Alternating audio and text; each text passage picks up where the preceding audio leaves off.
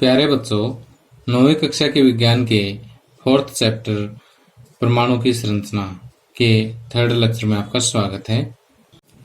इससे पहले 2nd lecture में मैंने आपको बताया था कि परमाणु के 3 मॉडल जो है हमारे सिलेबस में हैं, जिसमें से सबसे पहला है थॉमसन का परमाणु मॉडल और दूसरा है रदरफोर्ड का परमाणु मॉडल, और ये दोनों मॉडल ही हम 2nd लेक्चर में पढ़ चुके हैं।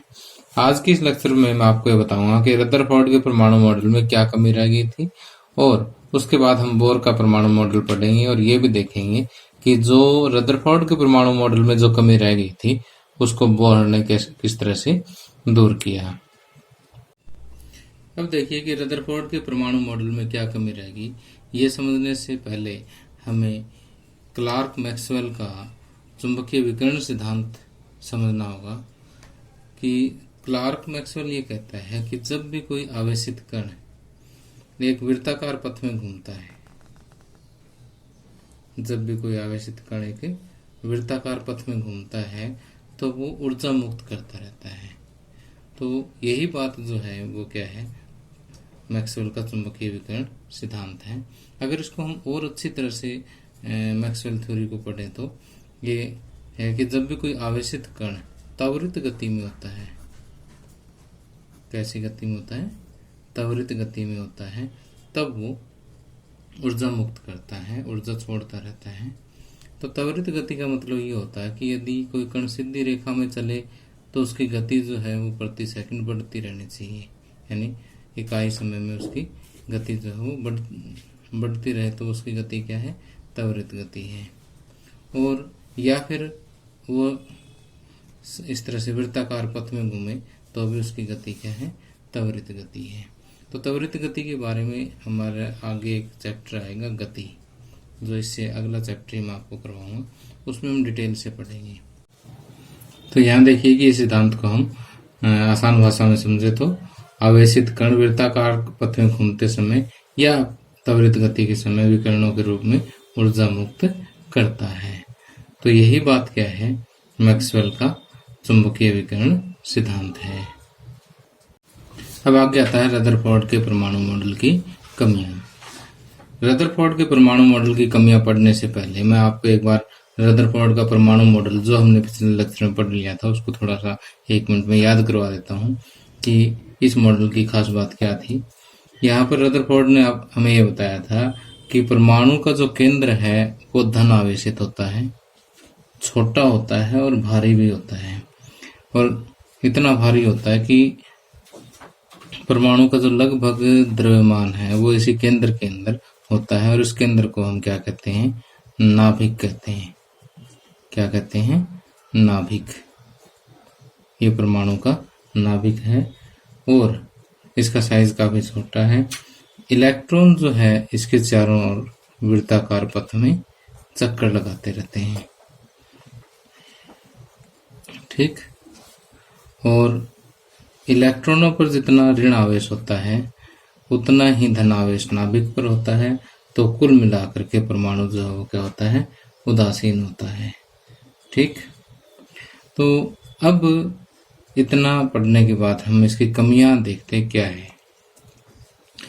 अब मान लेते हैं कि एक इलेक्ट्रॉन जो है वो इस तरह से वृत्ताकार पथ में घूम रहा है, ठीक। और इलेक्ट्रॉन आपको पता है क्या है, आवेशित कण है। कैसा कण है, आवेशित कण है, और ये वृत्ताकार पथ में घूम रहा है, इसका मतलब ये त्वरित गति है, ठीक। और मैक्सवेल इस बारे में क्या कहते हैं, ये आपने अभी भी पढ़ा कि जब भी कोई आवेशित कण वृत्ताकार पथ में घूमता है तो विकिरणों के रूप में क्या करेगा, ऊर्जा मुक्त करेगा। तो सिंपल सी बात है कि यदि इस नाभिक के चारों ओर मान लेते हैं कि ये इलेक्ट्रॉन घूमता है, जैसे एक चक्कर घूमेगा तो इसकी ऊर्जा कुछ ना कुछ कम हो जाएगी, और ऊर्जा अगर कम होगी तो नाभिक के नजदीक आ जाएगा, ठीक। ऊर्जा अगर कम होगी तो ये नाभिक के नजदीक आ जाएगा। क्यों? क्योंकि ये ऊर्जा के अकॉर्डिंग ही होता है कि जो जिस इलेक्ट्रॉन की ऊर्जा कम होती है वो नाभिक के नजदीक होता है, जिसकी ऊर्जा अधिक होती है नाभिक से थोड़ा सा दूर होता है। ये सिस्टम होता है इसका। तो अब देखिए वृत्ताकार पथ में घूमा तो विकिरण के रूप में ऊर्जा मुक्त करेगा। ऊर्जा मुक्त करेगा तो ऊर्जा कम होएगी, इलेक्ट्रॉन की ऊर्जा कम होएगी तो ये नाभिक के नजदीक आ जाएगी। इसी तरह से आगे और घूमेगा तो और ऊर्जा कम हो जाएगी इसकी, ठीक, और नजदीक आ जाएगी। इसी तरह से ये घूमता हुआ लास्ट में क्या है, नाभिक के अंदर गिर जाएगा। और इस तरह से तो जो है एटम कोलैप्स हो जाना चाहिए, खत्म हो जाना चाहिए, ठीक है। तो यदि ऐसा हो तो इसका मतलब परमाणु तो जो है वो क्या हो गया, अस्थिर हो गया, ठीक। लेकिन ये तो हमें पता है कि परमाणु अस्थिर तो नहीं है, एक शिथिल कण है। तो सबसे बड़ी कमी जो है रदरफोर्ड परमाणु मॉडल की कि उसकी स्थिरता को ही एक्सप्लेन नहीं कर पाया, ठीक। वैसे हम 9th क्लास के सिलेबस में हम इसकी एक ही कमी पढ़ते हैं कि रदरफोर्ड का परमाणु मॉडल जो है वो परमाणु की स्थिरता को जो है वो सिद्ध नहीं कर पाया। इसके अलावा जैसे हायर क्लासेस में जाएंगे तो हम ये देखेंगे कि अगर मान लेते हैं कि हमारे पास ये एक डिस्चार्ज ट्यूब है और इसमें हम हाइड्रोजन गैस ले लेते हैं और फिर इसमें से विद्युत धारा गुजारते हैं पर्टिकुलर प्रेशर और जो है विशेष विभवांतर जो इसको हम देते हैं, तो यहाँ से हाइड्रोजन इस डिस्चार्ज ट्यूब में से कुछ विकिरणें निकलती है, ठीक। अब जब इन विकिरणों को प्रिज्म में से गुजारते हैं तो आगे जो है, या इसका हम स्पेक्ट्रम लेते हैं किसी भी तरीके से, तो 5 ग्रुप ऑफ लाइन हमें मिलते हैं, ठीक। लाइन हमें यहाँ पर 5 लाइनों के जो है ग्रुप मिलते हैं, जिसमें से एक हमें दिखाई देती है, बाकी 4 हम वैसे डिटेक्ट कर लेते हैं अलग अलग तकनीकों से। तो इसको बोलते हैं हम लाइन स्पेक्ट्रा ऑफ हाइड्रोजन। तो दूसरी जो मेन कमी थी इसकी वो ये थी कि जब हम हाइड्रोजन गैस का स्पेक्ट्रम लेते हैं, या हम सीधा सिंपल भाषा में कहें कि हाइड्रोजन का अगर हम इस तरह से स्पेक्ट्रम लेते हैं तो स्पेक्ट्रम में लाइनें क्यों आई, इन लाइनों को भी ये एक्सप्लेन नहीं कर सका है। तो जैसे मैंने यहाँ 5 ग्रुप बताए थे, आजकल एक ग्रुप और भी चलता है, इसमें 6 ग्रुप जो है हम स्टडी करने लग गए हैं। तो आखिर ये ग्रुप ऑफ लाइन क्यों आए, इसको भी रदरफोर्ड का मॉडल जो है एक्सप्लेन नहीं कर पाया है। तो इन कमियों को दूर करने के लिए जो है बोहर नाम के एक साइंटिस्ट ने एक मॉडल दिया जिसको हम कहते हैं बोर मॉडल ऑफ एटम। तो अब हम पढ़ते हैं बोर का परमाणु मॉडल। अब बोर का परमाणु मॉडल साइंटिस्ट नील्स बोर ने 1913 में दिया था ये, और इसको एक्सप्लेन करने के लिए उन्होंने क्वांटम सिद्धांत, क्वांटम थ्योरी को जो है वो आधार बनाया था। अब देखिए क्वांटम सिद्धांत क्या होता है। क्वांटम का अर्थ समझाता हूँ पहले तो आपको। क्वांटम का मतलब था पैकेट, ठीक। क्वांटम का मतलब क्या होता है, पैकेट। अब क्वांटम सिद्धांत ये कहता है कि कोई भी बॉडी जैसे विकिरणों के रूप में ऊर्जा छोड़ती है, कोई भी वस्तु या कोई विकिरण इस तरह से विकिरणों के रूप में क्या करता है, ऊर्जा मुक्त करता है। तो ये जो विकिरण है ये कंटिन्यूस नहीं होती, लगातार नहीं होती, बल्कि पैकेट्स के रूप में ही होती है। कि विकिरणों में जो है एनर्जी के, ऊर्जा के छोटे छोटे पैकेट्स होते हैं, ठीक है। क्वांटम थ्योरी क्या कहती है, क्वांटम सिद्धांत ये कहता है कि जो विकिरणों के रूप में जो ऊर्जा मुक्त होती है तो ऊर्जा वास्तव में ये पैकेटों के रूप में ही मुक्त होती है। कहने का मतलब ये है कि कोई भी वस्तु जब ऊर्जा लेगी या देगी तो पूरे पैकेट के रूप में ही लेगी। जब तक वो पैकेट पूरा नहीं होगा तब तक मान लीजिए कि ऊर्जा एक पैकेट से कम है तो ना तो वो ऊर्जा मुक्त हो सकती है इससे, और एक पैकेट से कम है तो ये वस्तु ऊर्जा लेगी भी नहीं, ठीक। तो ये जो सिंपल सी बात है ये क्या है, क्वांटम सिद्धांत है, ठीक। तो इस क्वांटम सिद्धांत के हिसाब से जो है नील्स बोर ने उसकी स्टेबिलिटी को एक्सप्लेन किया था। लेकिन उससे पहले मैं आपको बोर का परमाणु मॉडल समझाता हूँ ये क्या है। इस मॉडल का जो सबसे पहला पॉइंट है वो तो यही है कि परमाणु का जो केंद्र है वो धन आवेशित छोटा और भारी कण होता है, जिसको हम क्या कहते हैं, नाभिक कहते हैं। ठीक। और दूसरा पॉइंट ये है कि इस नाभिक के चारों ओर इलेक्ट्रॉन एक निश्चित कक्ष में चक्कर लगाते हैं और जितनी उसकी ऊर्जा होती है उसी हिसाब से जो कम ऊर्जा वाले हैं वो नाभिक के नजदीक वाले में, और जिनकी ऊर्जा अधिक होती है वो नाभिक से उतने ही दूर कक्ष में चक्कर लगाते रहते हैं। और साथ में बोर ने ये बात भी कही थी कि जब तक इलेक्ट्रॉन एक कक्ष में चक्कर लगाता रहेगा तब तक वो ऊर्जा मुक्त नहीं कर सकता। ठीक। अब ऊर्जा मुक्त क्यों नहीं कर सकता, उसके लिए उन्होंने क्वांटम सिद्धांत का सहारा लिया। वो कहता है कि जब इलेक्ट्रॉन एक इस कक्ष में चक्कर लगाता है ना, तब तक उसकी विकिरणों के रूप में ऊर्जा छोड़ने की टेंडेंसी तो होती है, उसका ये तो होता है कि वो ऊर्जा छोड़ दे, लेकिन उसके पास क्या नहीं होता, पूरा पैकेट नहीं बन पाता। जैसे मान लीजिए इलेक्ट्रॉन है, जब घूमेगा तो इसकी टेंडेंसी क्या है, ऊर्जा छोड़ने की है, ऊर्जा छोड़ने का इसका नेचर तो है, लेकिन घूमते समय क्या है, इसके पास पूरा एनर्जी का पैकेट है, ऊर्जा का पैकेट जब पूरा नहीं बनेगा तो ये ऊर्जा छोड़ नहीं सकता, तो ये इसी पथ के अंदर घूमता रहेगा। ठीक। तो इस तरह से नील्स बोहर जो है क्वांटम सिद्धांत के आधार पर जो परमाणु की स्थिरता जो है उसको एक्सप्लेन कर पाया। अब बात आती है कि ये जो वृत्ताकार पथ जिसमें इलेक्ट्रॉन घूमते हैं, इन वृत्ताकार पथ को हम क्या कहते हैं, कक्ष कहते हैं, ऑर्बिट कहते हैं। ठीक।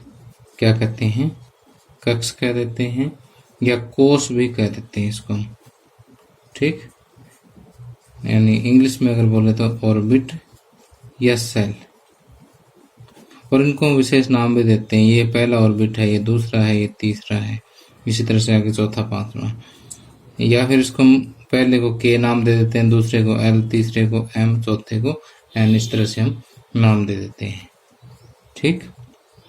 तो ये पहला कक्ष, दूसरा कक्ष, तीसरा कक्ष, या पहला कोष, दूसरा कोष, तीसरा कोष, K shell, L shell, M shell, यानी के और वन एक ही चीज है, यानी इनके अलग अलग यानी नाम अलग अलग चीज सेम है, कि पहले सेल को के सेल भी कह देते हैं, दूसरे सेल को एल सेल भी कह देते हैं, तीसरे सेल को एम सेल भी कह देते हैं। ठीक। तो अभी तक जो 2 पॉइंट मैंने आपको बताए हैं उसको मैं नोट्स में से बता देता हूँ। तो नोट्स में से देखिए कि जो पहला जो पॉइंट है वो तो यही है कि बोर परमाणु मॉडल के अनुसार परमाणु का केंद्रीय भाग धन आवेशित होता है, जिसे नाभिक कहते हैं, और परमाणु का समस्त द्रव्यमान इसके अंदर ही होता है। ठीक। और दूसरा जो है, इलेक्ट्रॉन नाभिक के चारों निश्चित गोलाकार पथ में ही घूमते हैं, जिन्हें कक्ष या कोष कहते हैं, या ऊर्जा स्तर भी कह देते हैं, इनको एनर्जी लेवल भी कह देते हैं। ठीक। और इनको n द्वारा प्रदर्शित करते हैं। n=1 का मतलब पहला कक्ष, n=2 का मतलब दूसरा कक्ष, n=3 का मतलब तीसरा कक्ष, इसी तरह से आगे, या इनको KLMN भी कह देते हैं। इसके अलावा इन्होंने बताया था कि सतही कक्षा में घूमते समय इलेक्ट्रॉन विद्युत चुंबकीय विकिरण उत्सर्जित नहीं करता, जिससे उसकी ऊर्जा का कोई ह्रास नहीं होता।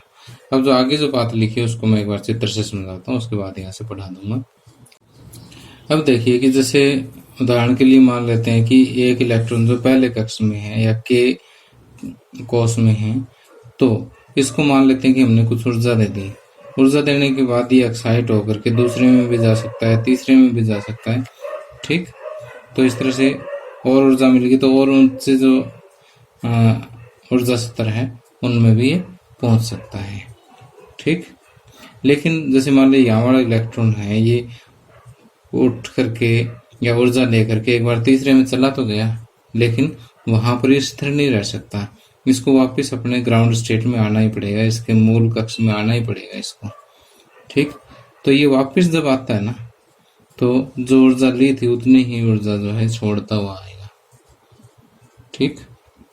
तो कहने का मतलब ये है कि इलेक्ट्रॉन जो है अपने ग्राउंड स्टेट से, अपने मूल जो कक्ष है वहां से ऊर्जा लेकर के उच्च स्तर में जा सकता है, लेकिन वहां पर ये ज्यादा देर तक स्थिर नहीं रह सकता, ये वापस आएगा, ठीक, तो ऊर्जा छोड़ता हुआ आएगा। अब खास बात क्या है कि जितनी ऊर्जा इसने ली ना उतनी ऊर्जा वापस छोड़ देगा। मान लीजिए कि ई ऊर्जा उसने पहले कक्ष से तीसरे कक्ष में जाने के लिए ली, तो जब तीसरे से वापस पहले में आएगा तो ई ऊर्जा ही वापस छोड़ देगा। ठीक, तो ये जो 3 मुख्य पॉइंट थे ये नील्स बोहर ने दिए, और इन तीनों पॉइंट्स को हम क्या कहते हैं, बोर का परमाणु मॉडल कहते हैं। तो जो बात मैंने यहाँ समझाई वो देख लीजिए कि यदि कोई इलेक्ट्रॉन निम्न ऊर्जा स्तर से उच्च ऊर्जा स्तर में जाता है तो ऊर्जा का अवशोषण करता है, तथा यदि ऊर्जा स्तर उच्च ऊर्जा स्तर से निम्न ऊर्जा स्तर में आता है तो कुछ ऊर्जा का उत्सर्जन होगा। इस ऊर्जा का मान दोनों स्तरों की ऊर्जा के अंतर के बराबर होता है।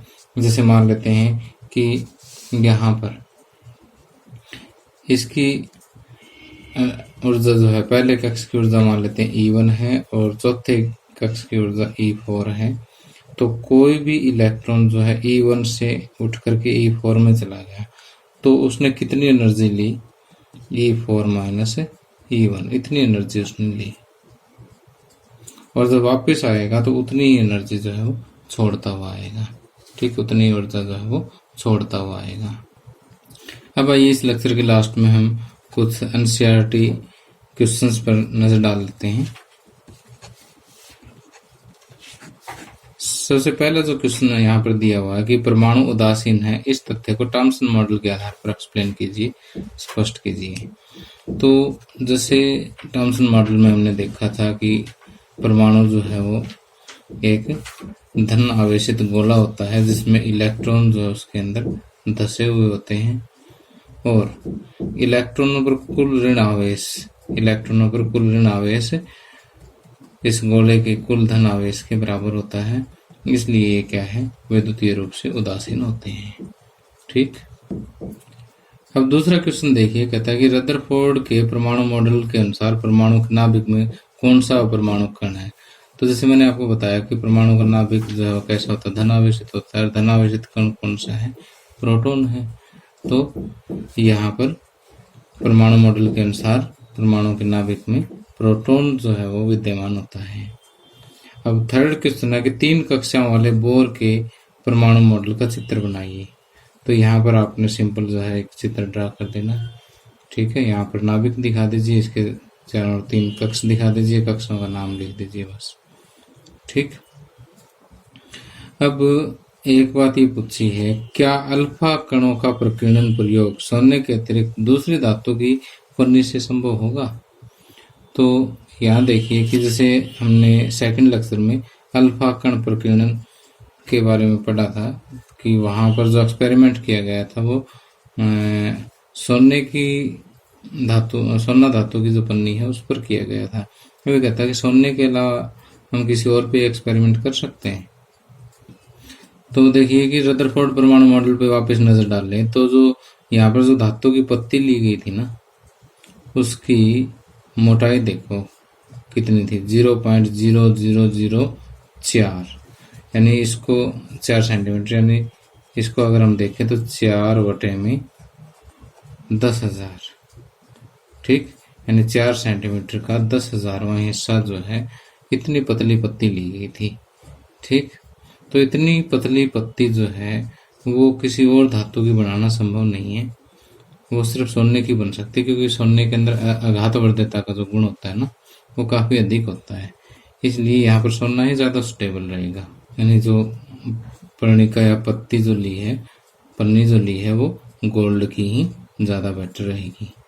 ठीक, तो यहाँ पर मैंने बिल्कुल आसान सी लैंग्वेज में लिख दिया है कि सोने की आघातवर्धकता मतलब उसको पीट करके प्लेट बनाने का जो गुण है, चादर बनाने का जो गुण है वो बहुत अधिक होता है, और सोने को पीट कर बहुत पतली परत बनाई जा सकती है।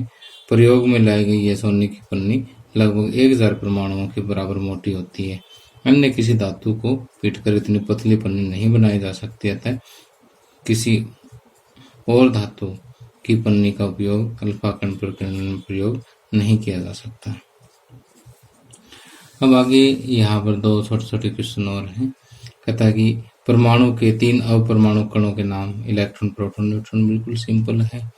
और इसके अलावा कहता है कि हीलियम परमाणु का द्रव्यमान 4 यूनिट है और उसके नाभिक में 2 प्रोटॉन होते हैं, तो इसमें न्यूट्रॉन कितने होंगे।